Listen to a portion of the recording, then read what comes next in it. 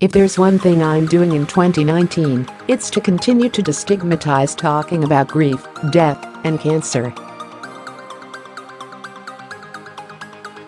My father shared his life in public.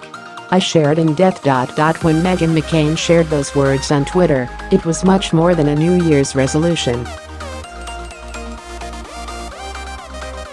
In actuality, it was a promise the View co-host wanted to share with her fans and followers just one day before she celebrated her very first Christmas without her dad, Senator John McCain. To all of you out there missing a loved one tonight, you are not alone, she added.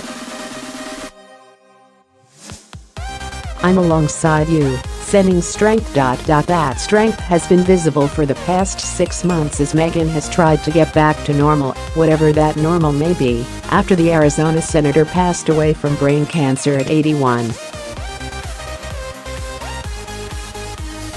While many grieve the loss of a loved one in private, Meghan and her family had to mourn with America as Republicans and Democrats alike celebrated the life of a war hero and maverick of the United States Senate. For some, they will never forget John's funeral, where politicians including Barack Obama and George W. Bush came together and listened intently as Meghan remembered her dad. My father was a great man. He was a great warrior. He was a great American. I admire him for all of these things, but I love him because he was a great father, she shared during the service broadcast across the country. For the rest of my life, whenever I fall down, I get back up. Whenever I am hurt, I drive on. Whenever I am brought low, I rise. That is not because I am virtuous, strong, resilient. It is simply because my father, John McCain, was.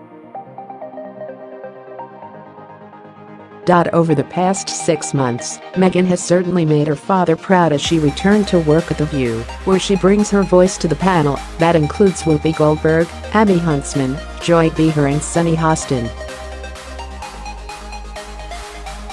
But in between discussing hot topics and interviewing everyone from politicians to reality stars, Meghan has found a way to spark a conversation about grieving that hasn't been talked about before.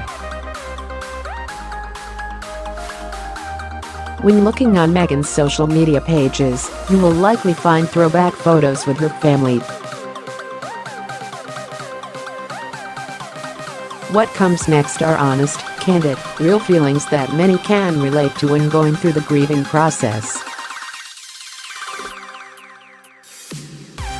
I still miss you every hour. Time feels slow, like being underwater. I try and fill the days distracting myself from how painful it all still is.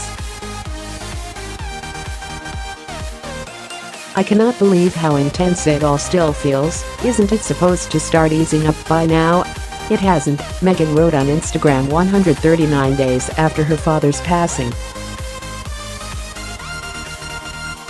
Grief keeps a tight and relentless stranglehold. I replay my last few days with you over and over again in my head, wishing I had said or done something more or different. I wish I could somehow have stopped death from coming. It doesn't get easier. I just continue to try to adapt to the amputation and keep moving, breathing, living, fighting. Meghan's first election day and Veterans Day without her father was difficult. The best-selling author revealed from John's gravesite that Sundays are when she misses him the most. And then there are the ordinary rituals that become extraordinary when a loved one passes away. 66 days. I wake up every morning still instinctually trying and reaching to call you on the phone. I miss you so much, Dad, it physically hurts my heart. I miss your laugh, your voice, your dark sense of humor, the way you always made me feel safe in a world that seems to have lost its way. I miss your dry ribs and grilled chicken. I miss you singing the Beach Boys on the porch, Meghan shared in a separate Instagram post. I miss waking up and drinking cappuccino and reading the New York Times together. I miss your old Far Side t-shirts and watching John Wayne movies. I miss hiking across the creek to the top of the mountain and watching the Blackhawks. I miss the way you cooked eggs and bacon. I love you forever. Stay with me. For some, all of the personal stories and memories have been too much to handle. A few have tweeted at Meghan suggesting she do this in private. When Meghan responds, the individuals have a habit of suddenly deleting their not-so-nice messages. When returning to The View for the first time, Meghan thanked all of her co-hosts for constantly supporting her.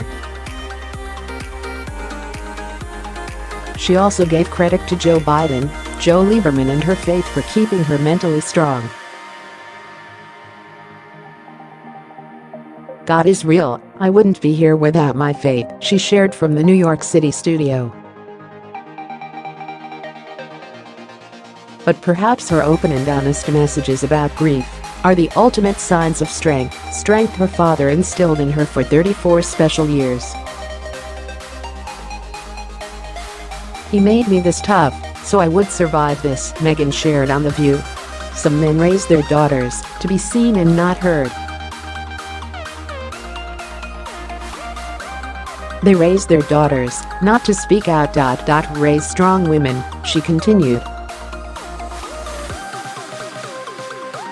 Really, it's the only thing that is keeping me right now is how tough he made me, and he did that, and I love him.